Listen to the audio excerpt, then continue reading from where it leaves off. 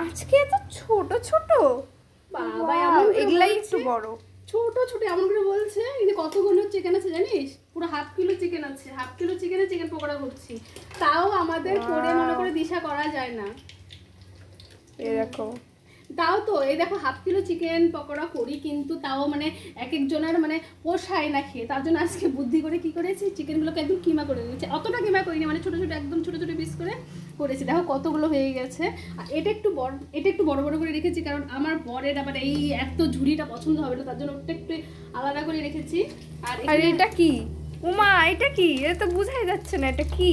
এটা হলো ডিমের চপ। কেন কি তোমার ঠাম্মি তো খায় না চিকেন পকোড়া, তার জন্য এটা ডিমের চপ করছি।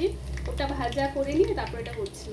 আজকে দেখো তাড়াতাড়ি 6টা বাজে, আমার কিন্তু সবগুলো আজকে কমপ্লিট হয়ে গেছে। আজকে 7টার দিকে চা আর পকোড়া একসাথে দিতে পারবো, এরকম হয় না। কিন্তু আজকে দুপুরবেলা সব রেডি করে রেখেছিলাম না, ওর জন্য আজকে তাড়াতাড়ি এটা হয়ে গেল। একটু এখন দিব, আর এটা ভাজলে কমপ্লিট। নিয়ে একটা টেস্ট করে দেখ, বাকিটা পরে খাস। গাইস, ঘুরে বন্ধ করে